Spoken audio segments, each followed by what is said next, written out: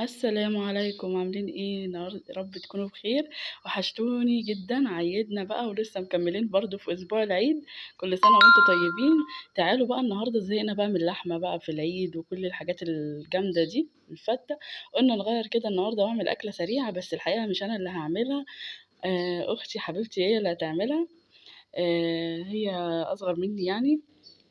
بس بتحب بقى إيه التتبيلات والحاجات الورق العنب بتعمله حلو جدًا، فتعالوا كده مع بعض زي ما أنتم شُفتوا هنسمي بقى بالرحمن ولايك وشير وسبسكرايب لمطبخ فاطمة، وما تنسونيش بلايكاتكم الحلوة وتعليقاتكم الجميلة. حطيت بقى هنا زي ما شُفتوا كاري وفلفل أسمر وملح ولورا وزعتر وروزماري، كل ده بقى إيه مع بعض كده، كل التوابل البابريكا، كل التوابل بقى اللي عندِك الحاجات الجامدة دي، يعتبر تتبيلة تِكّة كده سريعة للفراخ تِكّة، هتطلّع لِك الطعم مش عايزة أقول لِك جامد جدًا، والجلد كده أحمر واللحمة بتاعتها حمرا كده، التتبيلة زي بتاعة برّه بالضبط، هتطلّع لِك الفراخ زي بتاعة الحاتي بالضبط. قلّبنا بقى كل ده زي ما أنتم شايفين وما ننساش شوية كده زيت زيتون، أنا باحب أطعّم بزيت الزيتون أوي الفراخ، وهي كمان أختي زيي، وصويا صوص. أي ممكن تستبدليهم بالمستردة يعني لو ما عندكيش صويا صوص، أو تشوفي دبس رمان مثلًا. آآ وطبعًا معلقتين خل وتفاح. هاسيب لِك المقادير في صندوق الوصف تحت، للي حابب بقى إيه يعرف المقادير عشان الفيديو كان سريع شوية. بصلاية بقى كده مبشورة في الكبة، وهنعجنهم كل ده، يبقى بهاراتِك وتوابلِك، وأهم حاجة في الخلطة دي البابريكا، البابريكا يا جماعة بتعمل اللون الأحمر الجميل بتاعنا، الزعتر والروزماري، هي أساس التتبيلة بتاعتنا النهارده. فسارة أختي بقى كده قلّبت الحاجات زي ما أنتم شايفين، وطبعًا مصطفى ابني كان مجننها يعني، وقضينا يوم الحمد لله كان يوم جميل جدًا، ربنا يديم أيامنا الحلوة يا رب ويخلّيها ليّا. ويخلّي اخواتي يا رب ويخلّي حبايبكم. قُلنا بقى ننزل كده بالفراخ، هي نزلت بيها كده مرّة واحدة وقالت بقى إيه هاتبّلها كده كلّها، تتبيلة سريعة، يعني شوفوا التتبيلة أصلًا تحسّوا إن هي مش مليانة بقى مَيّة وكده، لأ هي تتبيلة كده سريعة، سريعة، للي عايز الفراخ سريعة.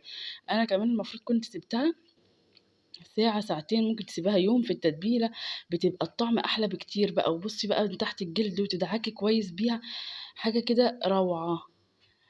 هنشوف بقى في باقي الفيديو هنعمل إيه مع بعض تاني جنبها، ممكن جنبها مكرونة، ممكن جنبها بالعيش كده بس وسلطات، يعني تنفع أي حاجة.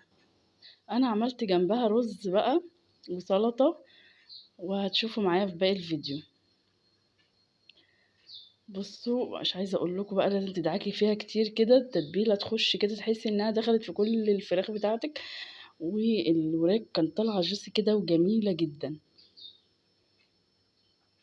جِبت بقى هنا صينية، وهندهن بقى زبدة في قاع الصينية يعني في القعر، وترصي بقى الفراخ بتاعتِك، ويا سلام بقى يعني سارة أختي بتقول لي لو الصدور كمان هتبقى الطعم أحلى بكتير، يعني حسب بقى اللي موجود عندِك، بس أنا كنت مفضلة يعني الوراك، ما أعرفش كلنا بنحب الوراك عندنا، مين بقى اللي زينا كده يقول لي في التعليقات، دايمًا الخناقة بتبقى على الورك ما تفهموش ليه.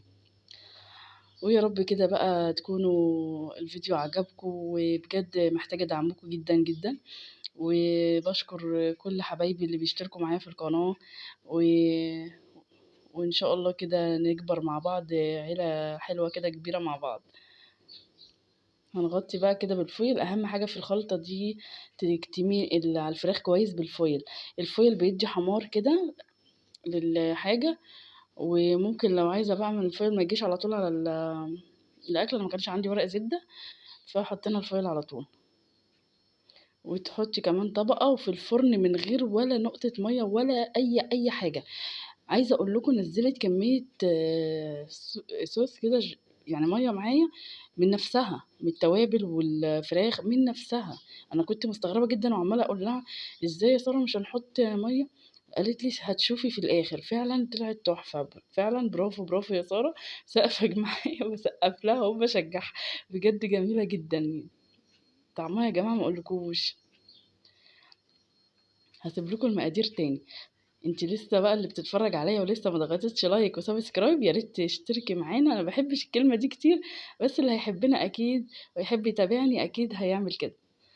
هنا بقى الرز، فقررت كده اعمل شويه رز كده ساده خالص من غير اي حاجه. غسلت الرز طبعا زي اي رز يعني، وزبده وزيت.